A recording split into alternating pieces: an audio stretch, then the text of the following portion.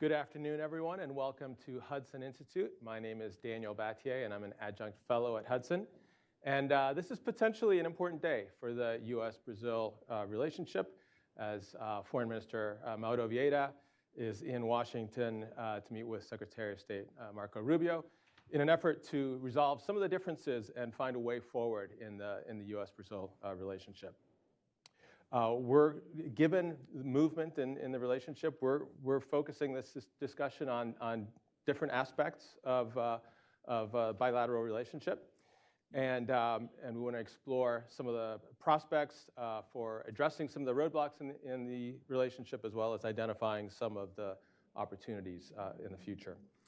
We have an outstanding panel today. I'm very thankful for each of you for coming today. Starting on the far right, we have Gustavo Silva.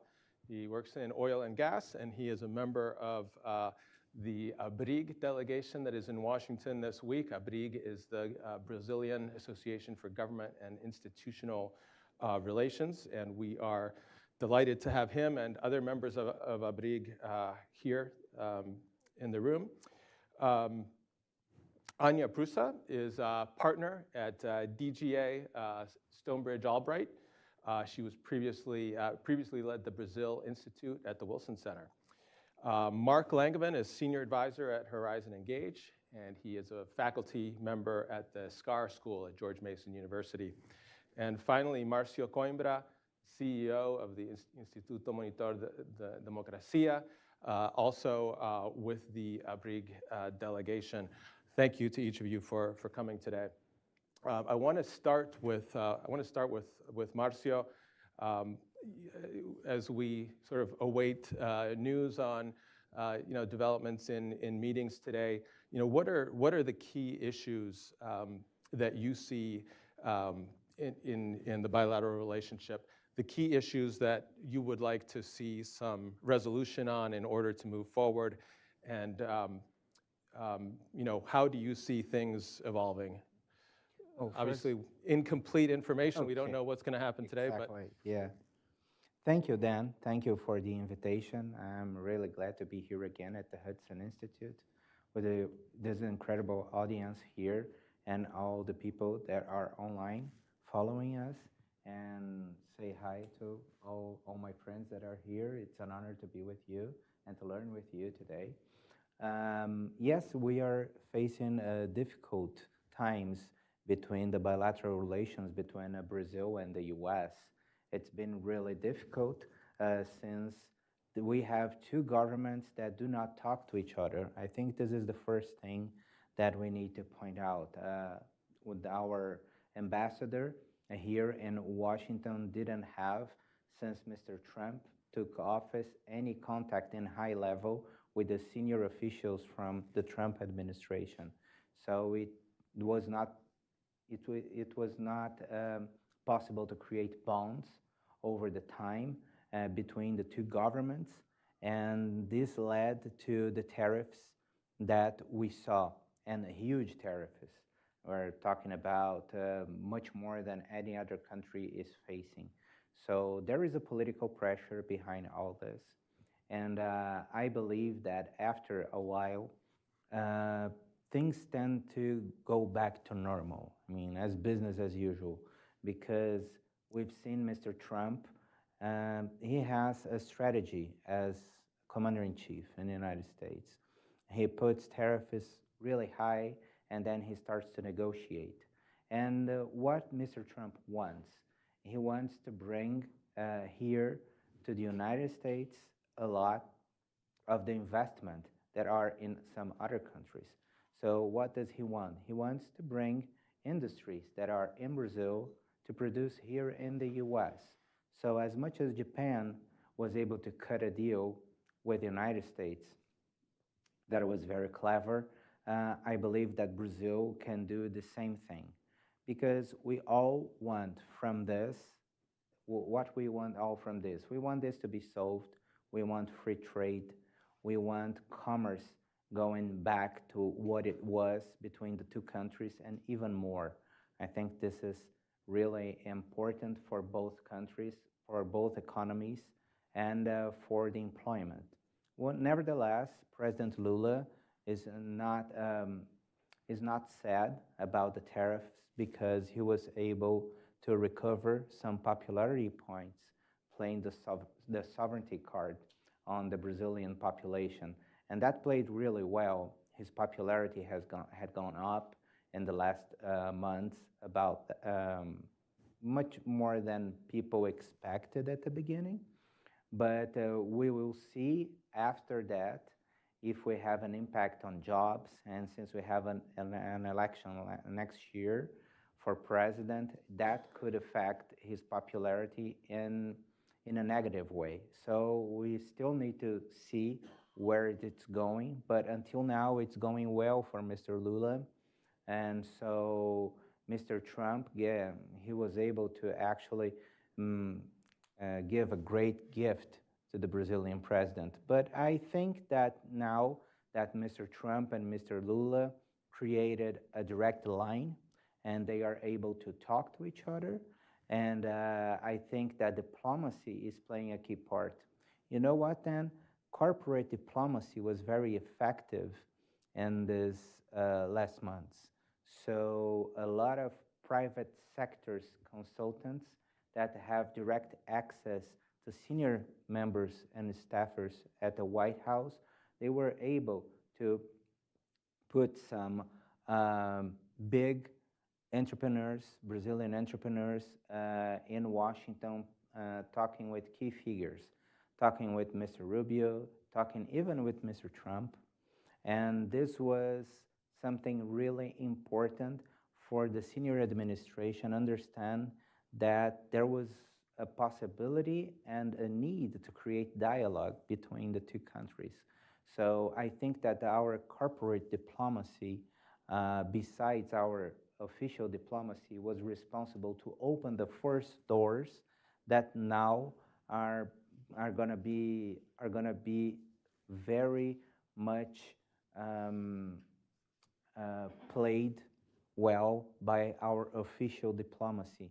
Now this visit that our Ministry of Foreign Relations is having here with the Secretary of State, I think is a first step. And since we're talking about diplomacy, we're talking about a process. We're not talking about a straight result. So there are going to be talks, negotiation, and over the time, I believe that we can find some common ground and that Brazil and US will be aligned and they will be back to a sound economy, to freedom of two economies that are really important to each other. So I think that would be my first remarks on that. Good. You mentioned the direct line that has been established. Given that there was really no interaction at the highest levels, how significant is that, and could that be more important than the sort of diplomatic discussions and other outreach? Well, since we had the traditional diplomatic channels obstruct, we needed some other channels. And there are some people who in their experience as businessmen, as consultants, people like me who have connections with the Republican administration and has contacts with the senior levels of the Brazilian administration. And we were able to cut some possible talks between our good entrepreneurs with most interests in the U.S., I would say. Many of them, they have industries in the U.S. as well, as much as they export to the U.S. from Brazil. So we were able to create this kind of dialogue. In the past, I've already done that with former Brazilian government that did not have any channels with the Trump administration back in 2018. And we were very successful creating that channel. And now these backdoor channels were made possible by me and by many other people who work with the private sector and could open some doors at the White House and with senior officials.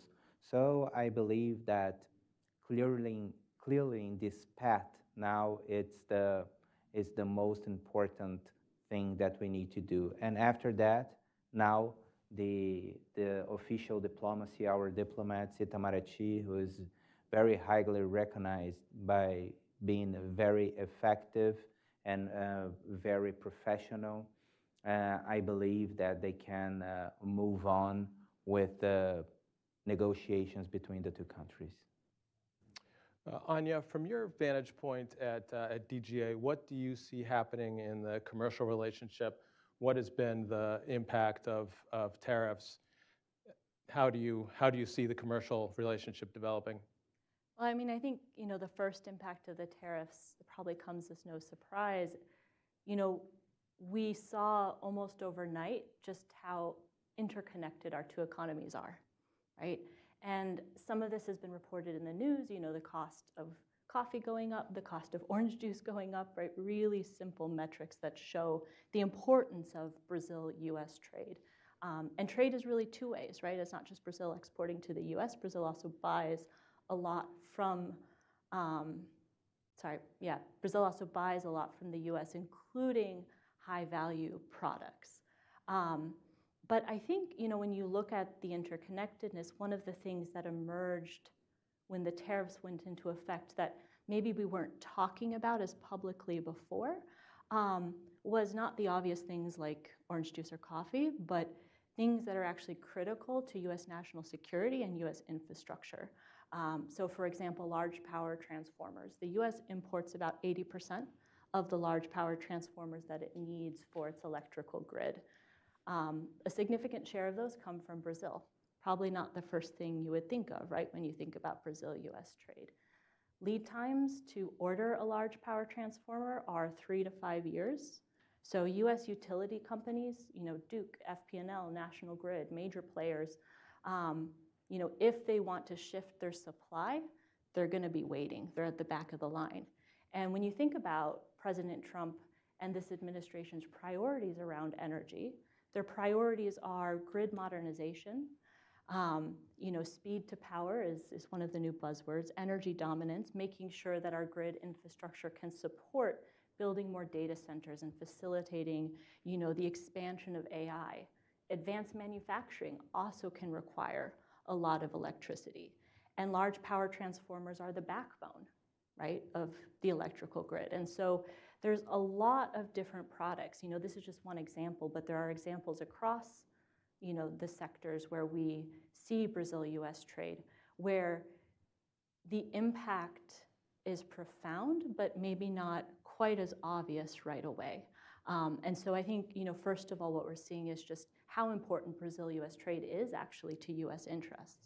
The second thing I would say, and this really dovetails with Marcio's point, is that Brazilian companies over the last couple of months, I think, have really seen the value in direct engagement in Washington, advocating in their own voices for their own interests.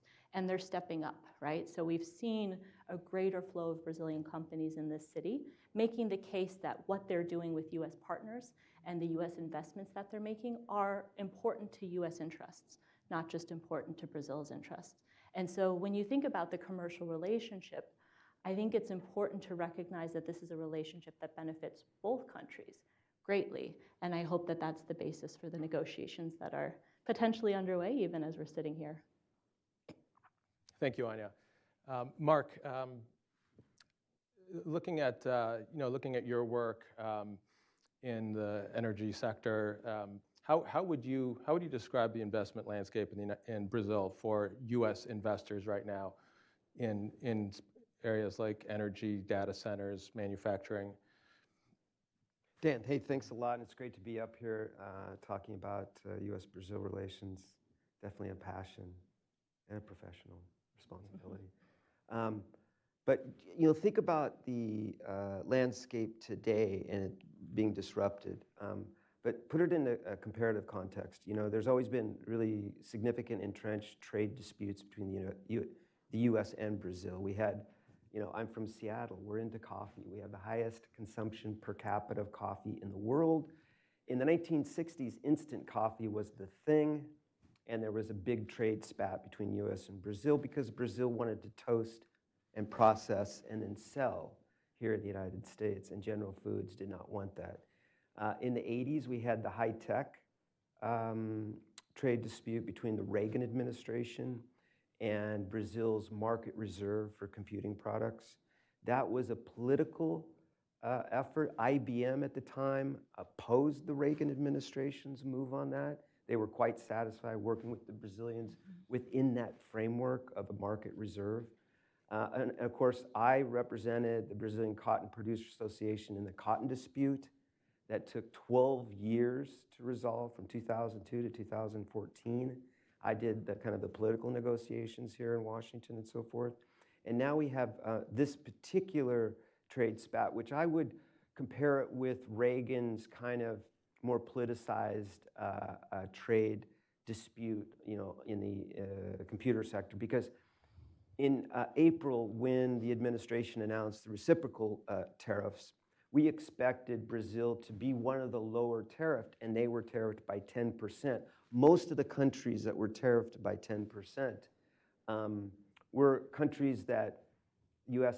was running a positive trade balance, like in the case of Brazil, where there weren't any great outstanding conflicts. If you read the annual trade estimate report by the United States Trade Representative, Brazil has a number of things that the United States complains about, kind of what we call behind the border non-tariff issues, protection of intellectual property rights, things of this sort, but it didn't really merit you know, a lot of attention here in Washington. So that happened in April, and then in July, you get not only the tariffs, but you get the sanctioning of a Supreme Court justice and the revocation of visas. So that's a political move that we have to take into consideration. I share, say, Marcio and Anya's perspective. I think we've seen Brazilian companies, with the help of Marcio and Abriga and Gustavo, make the case in Washington, and you've seen those tariffs come down. I'm hoping coffee too. And I expect that the discussions will lead to that.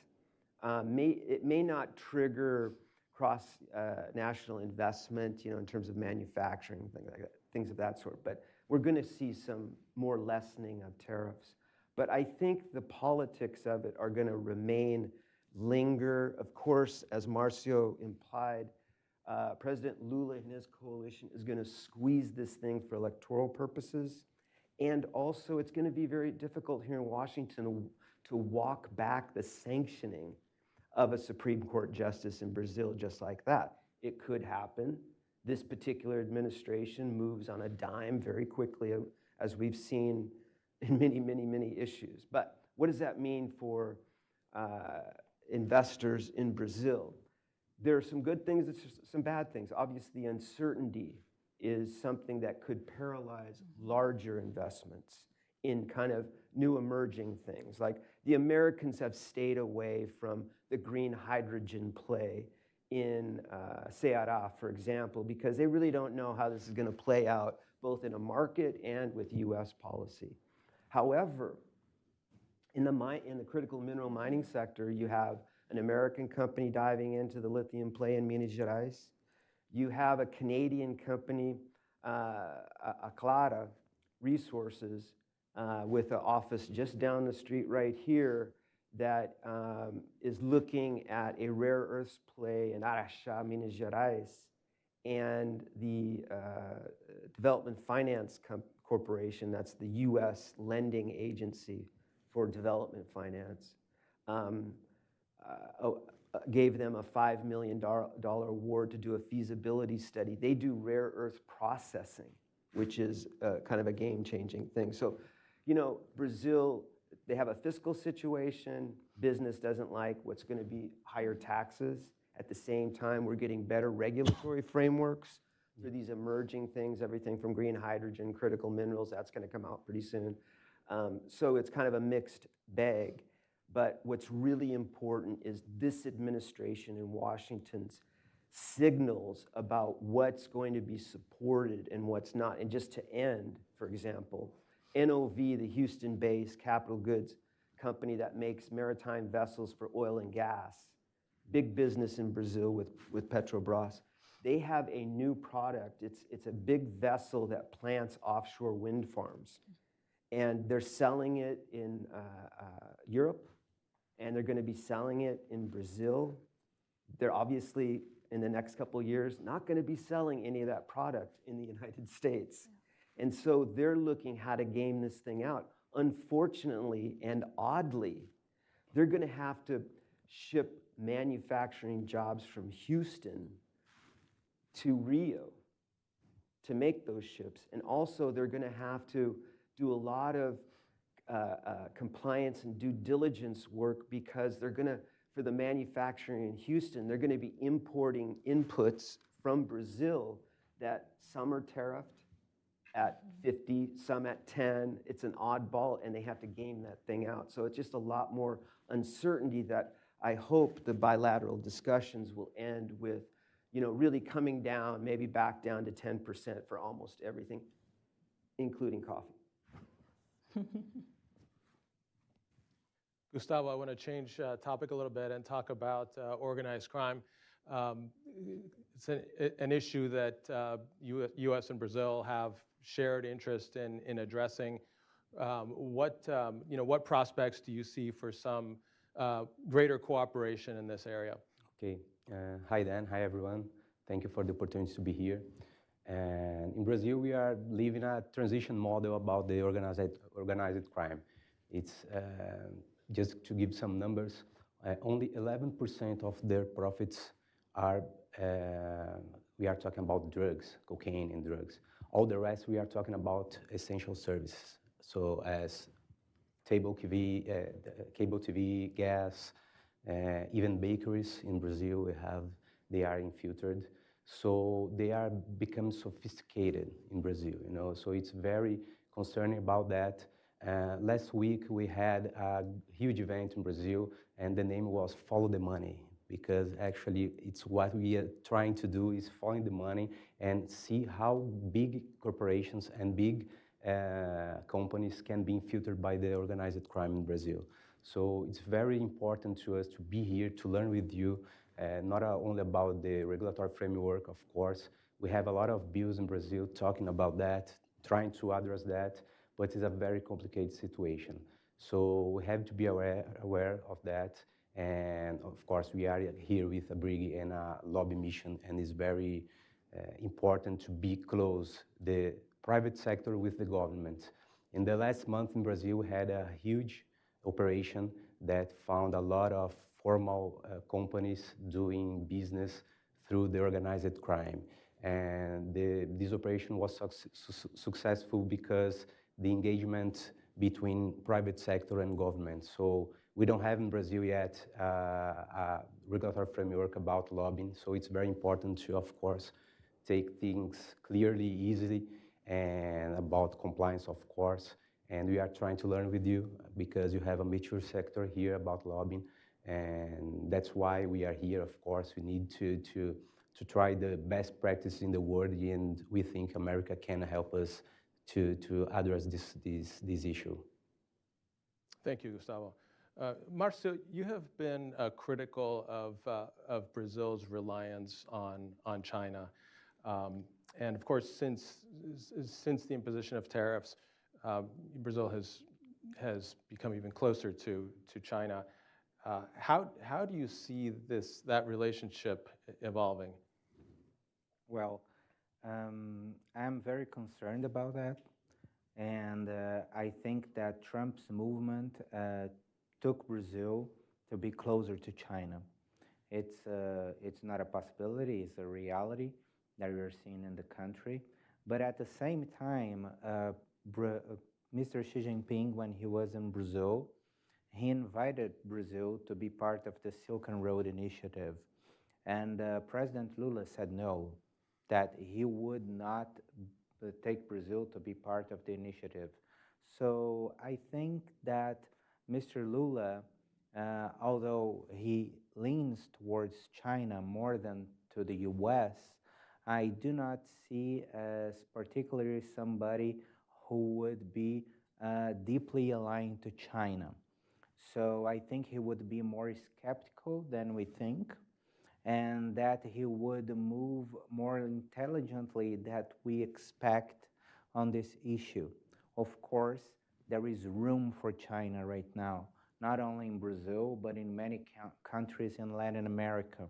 And, but there are, of all the countries in Latin America, Brazil is not the one that is most aligned with China. There are many other countries that has a deep economic movement towards China.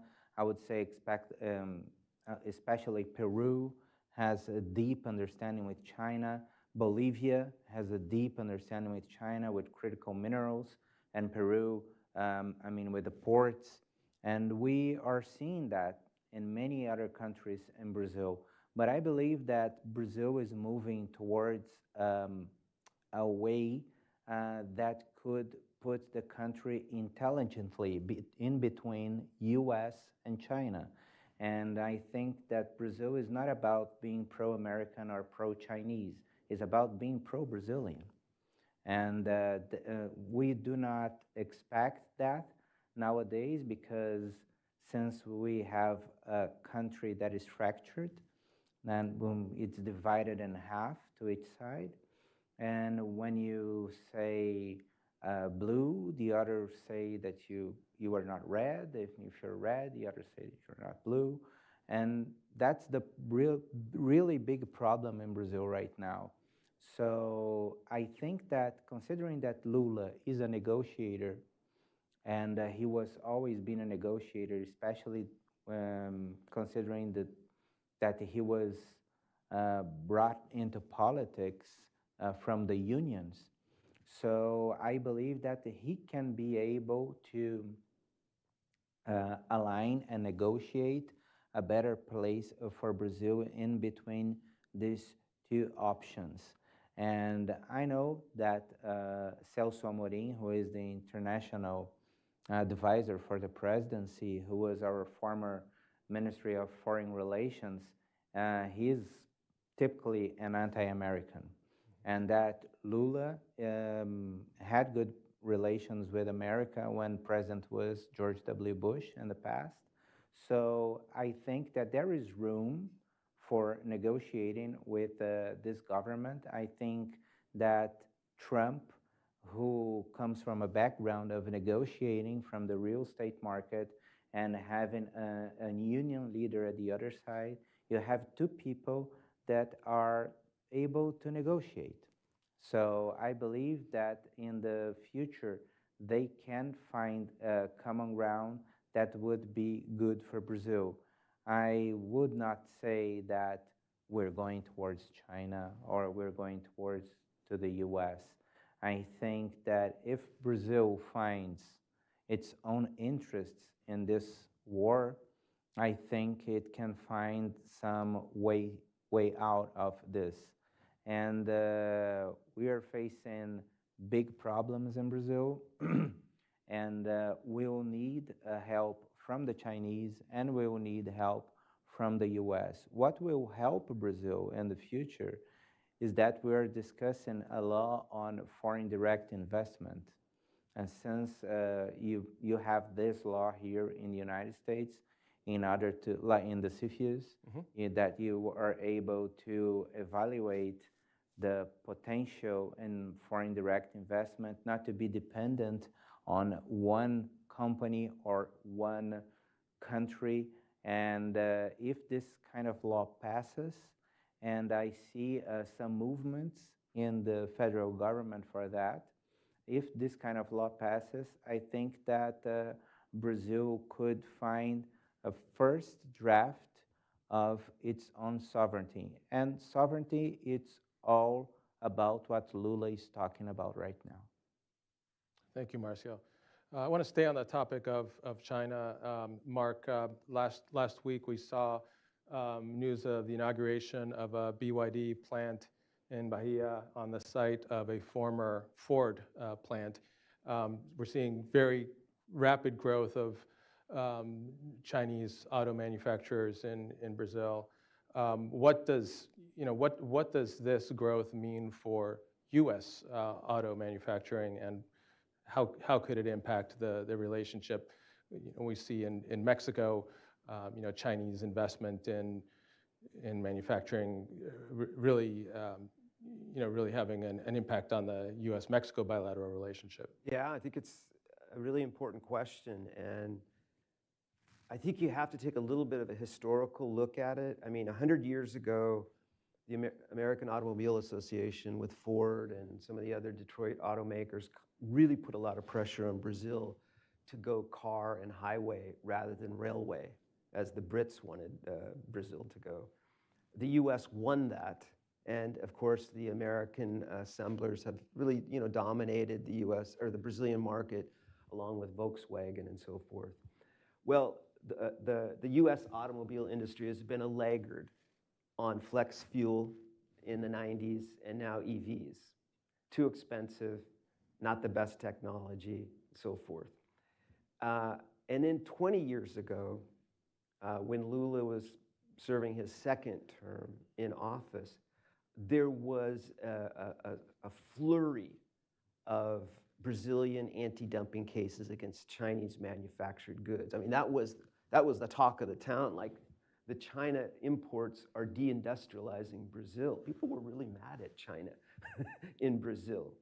And then they kind of accommodated themselves and so forth. But about a decade ago, just before the pandemic, Beijing, under pressure from the Brazilians and also looking geopolitically around the world, really identified Brazil as different in the Americas, that it was a linchpin to Chinese influence geopolitically and also Chinese economic development at home. And so there was a lot of talk about assembling and manufacturing in Brazil. So you had BYD came to Brazil a little over 10 years ago to manufacture vehicle batteries in São Paulo, Gustavo's place. Other manufacturers, I remember Jinko Solar, one of the largest solar panel manufacturers. Still, they're not in Brazil yet. They do distribute. But 10 years ago, they were thinking about coming to Brazil. Of course, they were subject to some anti-dumping duties placed on them. But what has happened is that Brazil making a demand on Beijing, and Beijing seeing it in their own interest, both economically and politically, to encourage their private industries in the electrification value chain to really become active in Brazil. So you have the BYD taking over the Ford plant, making EV and hybrids. They also, and this is something that I think is more important than what they're doing in Bahia, just assembling cars. They just opened up their first R&D operation in Campinas, next door to where they make solar panel modules. Now, these modules are just assembled with panels imported. They're bottom shelf products. You get the better BYD solar products, importing them and so forth. But the R&D thing is big because that's a telegraph saying, okay, we are going to transfer technology. We're going to build an integrated value chain in this electrification value chain, everything from batteries and EVs to solar panels and so forth. You also have Great Wall Motors that just inaugurated their EV hybrid plant in São Paulo, down the road from where Gustavo lives. And they recently just took a car, disassembled it in a warehouse, and allowed every Brazilian potential supplier to come in and take a look at all the components. That's another telegraph that they're saying, hey, if Brazilians can build components for these cars, so be it. They probably could do it cheaper than the imports and so forth. So this is an economic and political strategy that goes way beyond, for example, the Silk Road thing, which is kind of a networked thing. It's China and Brazil have a strategic economic partnership that has never existed between the United States and Brazil. There was talk of it after World War II. There was a bilateral commission to explore it. Never happened. And so in the vacuum, China now is ready to make their mark around the world, and Brazil is a landing spot. Anya, as we look at ways to reduce trade tensions, is the agriculture sector a sector in which we could see increased cooperation? Should the United States look at Brazil as a competitor or as a potential partner? I mean, I think it's both, Dan. At a surface level, Brazil and the U.S. are arguably the two agricultural superpowers in the world, right? We both have incredibly efficient, cost-competitive, mechanized agricultural sectors. And the two sectors do butt heads from time to time. We produce a lot of the same commodities. We have a lot of the same customers around the world, and so that does lend itself to some degree of competition. But what I would say is, despite that, there is a lot of room for cooperation as well, and we've seen cooperation over many years, and that includes, research and technology advancement, such as, cooperation around genetic engineering of crops, on more efficient use of fertilizer, on better land management, right, for soil improvements, all things that can help both of our countries thrive in terms of agriculture. We also see a lot of cross-investment between Brazil and the United States in agriculture. So a lot of big Brazilian agriculture companies have major investments in the United States. JBS, Minerva are just two examples. And it's the same thing for US agricultural companies. Many of them have been in Brazil for 50, 100 years or more, are in some ways Brazilian companies as well as being American companies. And in fact, these companies have been talking to the Brazilian and the US government as part of the conversations around the tariffs and the Section 301 investigation. So I think there has been a lot of cooperation, and there should continue to be, because we're both better for it. I do want to note, though, that one of the areas where I think Brazil and the United States could do more together, that I really haven't seen as much cooperation as I would honestly like to see, is in the area of international policy. So if you think about, biofuels, for example, the ethanol tariff has been a consistent sticking point, first on the Brazilian side and then on the American side and then back. But when you look at the US and Brazil, we're both countries that think biofuels should be part of the energy transformation, that biofuels should be the future of transformation, at least in some part. And when you compare that to, for example, the European stance, where they're moving towards electrification and e-fuels, the US and Brazil actually have a lot more in common. We have core mutual interests that we should be advocating for jointly on the international stage, right, to ensure that kind of the emerging framework and discussions around energy transformation and the decarbonization of transportation reflects our interest and not just, the Europeans, for example. And so all that to say, yes, I think at a basic level there is some direct competition, but there's a lot to be gained from looking beyond it and thinking strategically about where we can help each other, both, in terms of technology, but also in terms of policy. Gustavo, Marcio mentioned how Lula has benefited politically from the tariffs, allowing him to appeal to notions of sovereignty. It feels like Lula has been on a pretty good streak lately with income tax reform and other things moving through Congress. How would you describe the domestic situation right now for Lula, and how does that shape his options for dealing with the bilateral relationship? Yeah, I think Lula has taken advantage of this scenario. And I don't know, unfortunately or fortunately, because of course it's a political issue, but we had the increasing of the people who are supporting Lula after the tariffs.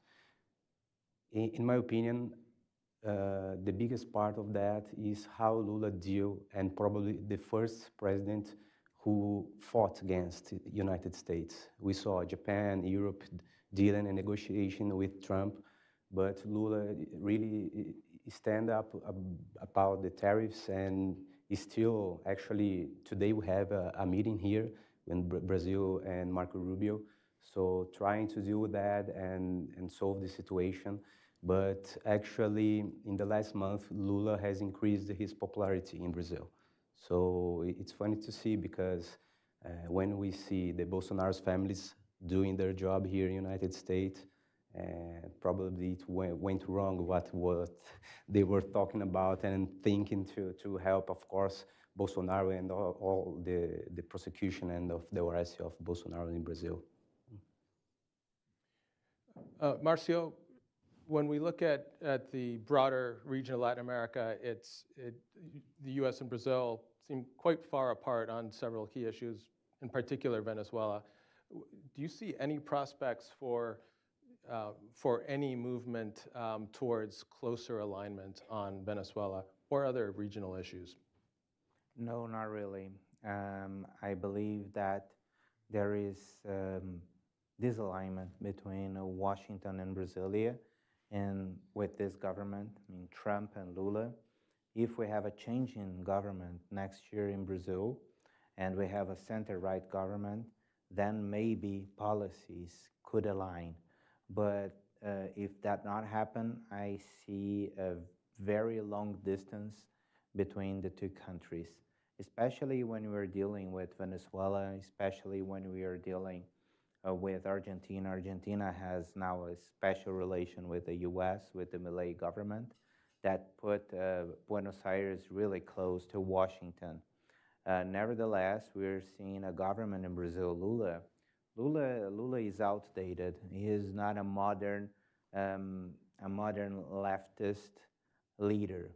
He is a leader from the 80s, and his mind is stuck in the 80s, in the 90s, in the 2000s, and he is not a modern leader from the left, like, for example, we see in Chile. You know? In Chile, we see a president that see human rights as a first and most important thing considering the international scenario. So he is able to criticize Maduro, and criticizing Maduro, he could be closer and have dialogues with some other governments around the world. And he criticizes Bukele, and he criticizes Maduro. I mean, he has a strong point standing for human rights, independently if we're talking about the right or the left. So Brazil, with Lula, we still have that policy of my friends. So his friends from the left are friends from his government. So he doesn't have that really close relation with Maduro anymore. But for example, he didn't praise Maria Corina for the Nobel Peace Prize last week because she is on the opposition to Maduro, and Maduro is from the left, his friend. And we see the same kind of relation with considering Paraguay, Bolivia, Peru, and so all these other countries, and Colombia, for instance. But unfortunately, I think that we are gonna just go overcome this when you have a new generation of leaders. Lula is outdated, he's living the past, I repeat that. And I think there is a room for a new leader for the left in Brazil. But as everybody says, in Brazil, nothing grows around Lula. He doesn't leave room to any new leader from the left to emerge. So he's the only option of the left with real chances to win a presidential election.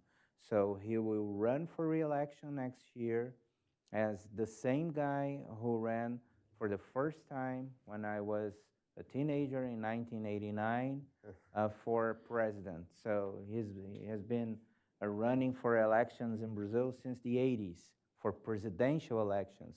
I mean, there is time to have an alternate source of power in the left in the country, and I think he's blocking that. And it would be really good for our country if we have a new leader in the left, to renew the left in Brazil, to have a modern left like we've seen in many other countries around the world, and not be stuck in the past in the 80s or in the 90s. So unfortunately, considering that we have Lula on this side, I don't see any progress concerning Venezuela or the relations with Cuba or with any other country, Bolivia and Paraguay or all these other countries, unfortunately. Thank you, Marcio. Mark, we talked a little bit about rare earths. Brazil, of course, has probably the second largest reserves of rare earths, and very little of it has been developed so far. This is thought to be one of the issues in the mix in discussions between Rubio and Vieira.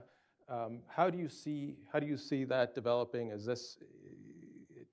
this an area where there could be some low-hanging fruit for progress in the relationship, or how do you see this moving forward? Yeah, I think, you know, I'm not pessimistic, but I'm realistic about where this can go, especially with the political aspect of sanctioning Supreme Court justices.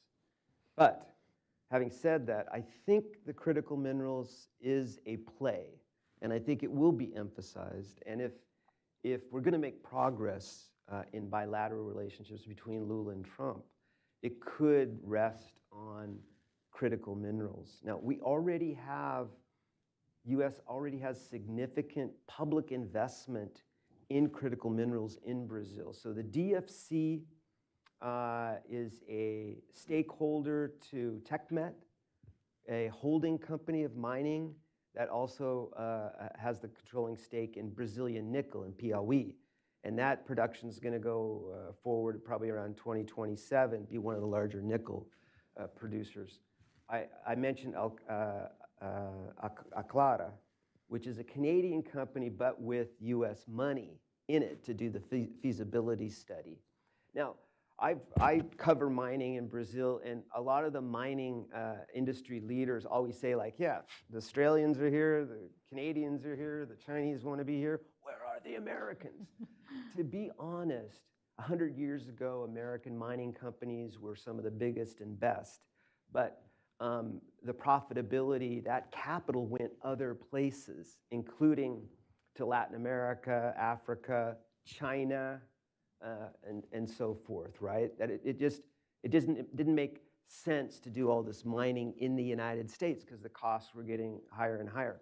I don't believe there are U.S. companies on their own that are going to be mining critical minerals and rare earths in Brazil. But public money, the technology companies that could make innovations in the processing of these, kind of battery-related metals and critical minerals and so forth, I think there's a lot to be had there.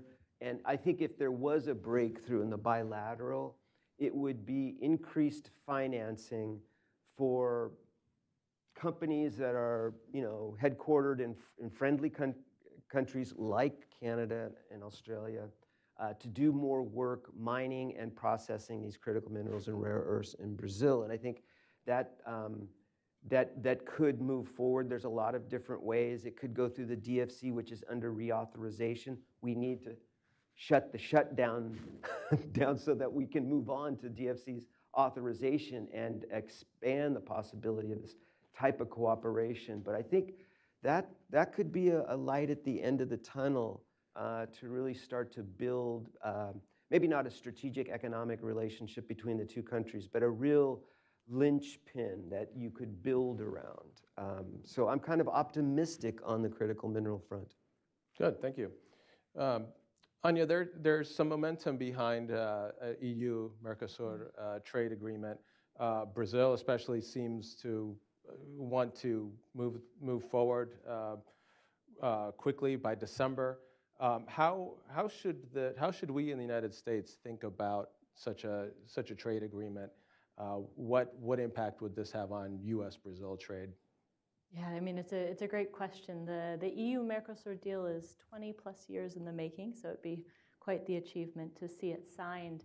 I think it's not a zero-sum game. So when you think about, what would be the impacts of a trade deal between the European Union and Mercosur, I think there's a lot of value, actually, in having a Brazil that is more open and a Brazil that is, coming into harmonization with kind of the regulatory standards that you see in the major economies, including the EU. And I do think that, over time is a benefit to U.S. investors. So I think there could be some indirect benefits actually to the U.S. from this deal.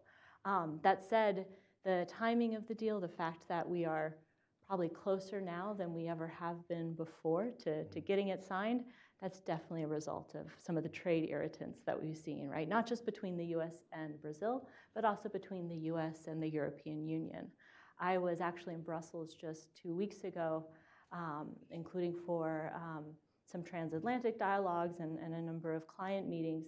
And one thing that, consistently I heard from European officials is that, they were happy to get the framework agreement with the U.S. kind of settled, but the U.S. is just 20% of Europe's trade, and they're looking to build relationships with the other 80%, right? And Brazil and Mercosur is a part of that. So I think there's a real desire to show that trade is important and that there are other trade partners out there. I think partly why we're seeing momentum now, obviously, the trade piece is one of it, but there is other factors. So domestically, French politics is chaotic at the moment. And so if you think about, what countries have kind of stood in the way of progress on EU-Mercosur, France has certainly been one of them. And they are simply not in a position to exert that level of influence within the EU right now. And so you're also seeing kind of other factors at play that are unlocking, I think, some of that momentum as well. But I think there's a good chance, actually, that we'll see it signed. The Europeans seemed very optimistic. And what I've been hearing from the Brazilians, I don't know what my fellow panelists are hearing as well, but there seems to be optimism on the Brazilian side as well. Okay. And on the Mercosur side, are the other members of Mercosur also, are they aligned with Brazil? I mean, I think that's always an interesting question within Mercosur, right? There's certainly tensions within the bloc, but I think this is a big opportunity for all of the countries who are members, and thinking too about what sort of deal might come next, and whether Mercosur China could be on the table at some point. Okay. Good. We haven't talked about the upcoming COP30 meeting. Gustavo Lula has staked a lot on this meeting that's coming up next month. What do you see? How do you see COP30 unfolding? Do you think it's going to be, do you think it'll be another feather in Lula's hat diplomatically, or what outcome could we foresee there? Well, it's been a very difficult scenario in Brazil because, as you know, we have a lot of problems of infrastructure, even more in where will be the COP30. And of course, Brazil has a huge potential of renewables, for an example. And we are doing a lot with ethanol, biomethane, biogas, bio-LPG. And it's a good opportunity to show the world, of course, what we are doing. But we have a political issue that we don't know how it's going to do in COP30. A lot of countries, they will not send the delegations. We already know that. And of course, it's a problem. We had a problem in Brazil about the publicity about the event. But of course, we believe it happens. It's next month, so it must happen, of course. But we have a huge problem with, again, infrastructure, safety, essential services, and we are very close to the government to guarantee things about gas, basic things, So it will be hard, but it's a huge opportunity to Brazil show what we are developing here, and of course, exchange with countries will come to Brazil. Good. We have time for one or two questions from the audience. So we have a mic if anyone has a question. Please. Yes, hello, how are you guys? So my question is about Bolsonaro. As you know, his wife has been on, media that she could be the next head of state. She has a good opportunity. So this actually brings my mind to Nicaragua, where, the wife and Daniel Ortega are running the country together. If her wife runs, do you think it could be again same situation where Brazil could run to, where both Bolsonaro and his wife could run country together? I mean, do you see that happening? I mean, what is your perspective on that? Anyone want to take a stab at that? I think Marcio's. Yeah. We're Go ahead, looking Marcio. at you, It's Marcio. yours. No, I don't see that happening in Brazil. Brazil is a huge country, and being so much big country, I don't see that happening. But she has potential. She has a great potential, and I see more potential in votes in her than in Bolsonaro, because she's a woman, because she's from the right, because she's evangelical.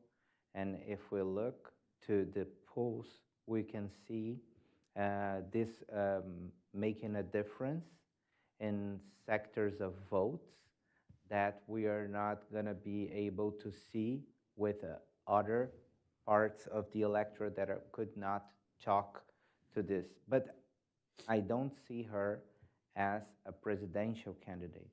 I see her as a potential vice president candidate. So she could run in a ticket with the governor of São Paulo, Tarcísio de Freitas, who is very connected with Bolsonaro. He was his ministry, and Ministry of Infrastructure, and now he's the governor of the biggest state in Brazil, São Paulo. So I see Michele Bolsonaro as the only member of the Bolsonaro family who could run, and the person with the most potential to get votes for a ticket, considering his sons and considering Bolsonaro himself. I mean, Bolsonaro cannot run, but if he could, I still see Michele as a better candidate than Bolsonaro. So I believe she maybe could run as a vice president in the ticket, but not as the candidate next year. It's funny. Marcio, just to add, I mean, they are polling her as a senatorial candidate. Yeah. So that's an option that I think she could win. I mean, they're polling her in São Paulo or in Brasilia. in Brasilia as well. So, and I think she has a lead. She will in easy. Probably shoe in, right? Yeah. So that's an option. Yeah. It's funny actually you said women. Dilma Rousseff was the first woman to be ever impeached in Brazil. So I just want to make that a fact, So I want to end by asking the panel, each of you, to give me one prediction about a development in the bilateral relationship in this next year. It can be on any topic, but any new developments in the bilateral relationship. Marcio? Well, I think that Mark has a really good point here when he talks about critical minerals. And this is on the agenda right now all over the world. The Chinese have been buying tons of land in Brazil. In Goiás, it was a scandal last month, what we've seen happening. And I think that the US will position itself negotiating the tariffs with these critical minerals. So I think that we're going to see developments on these tariffs issues, but especially with the critical minerals being a central part of the discussion. Thank you. Mark? Yeah, and just following up on that, the Mines and Energy Minister, Alexandre Silveira, announced yesterday that Secretary Wright, Energy, invited him to talk about critical minerals as another kind of, thing. And of course, Brazil's going to roll out a sustainable critical mineral vision at COP30, which is a kind of a top shelf ESG kind of aligned thing. But I think for me, the tell is more about data centers. I think that if we see a breakthrough on the politics, like maybe revoking the sanctions against Justice Moraes, and so forth, it could be in parallel with a deal with, say, Amazon Cloud Computing, Meta, some of these other Silicon Valley firms that the finance minister Haddad has been courting over the past year. I worked with Lula in 2021, 2022 to really open up a dialogue with Silicon Valley and their representatives in Congress. And if they come in, making announcements in the next year about projects in Brazil, and Brazil is just kind of launching a regulatory framework for data centers, especially those that are interested in low carbon energy sourcing, that could pave the way to flip the White House on the politics and the sanctioning of Brazilian government officials. So in the next 12 months, I'll be looking at that sign. Yeah. Okay. Anya? Mine is, I don't know if this is cheating, mine is half prediction, half wish. I think we're going to see the private sector in both of our countries playing a much stronger role because they've realized that they need to for the sake of the bilateral relationship, right? It's not enough for it to be just government to government. You really need the private sector and our peoples to be involved to ensure that when there is political friction, we don't lose sight of what's important, right? Which is that the commercial relationship and our bilateral exchange and our research and our law enforcement cooperation continues. Yeah. I agree with you. And of course, first of all, we have to deal with the tariffs. We have to deal with the pressure that United States putting off in Brazilian judges, for an example, by the Magnitsky Law. I think it's very important. And of course, I think we have a bill about lobbying in Brazil. And the next year will be very important to deal with that and to use, of course, the American model is very similar to what we are talking about in Brazil. And I think it will be a very nice tool, very good opportunity to, of course, engage and cross the informations between government and private sector, not only in Brazil, but with the United States too. Well, thank you. I think this has been a very informative discussion. I want to thank each of you for your sharing your perspectives. There's been a great depth of historical perspective provided, which I think is very useful. I think there's clearly a lot that bears watching in this bilateral relationship, and I think this is something that we're certain to have future panels on as things evolve. So thank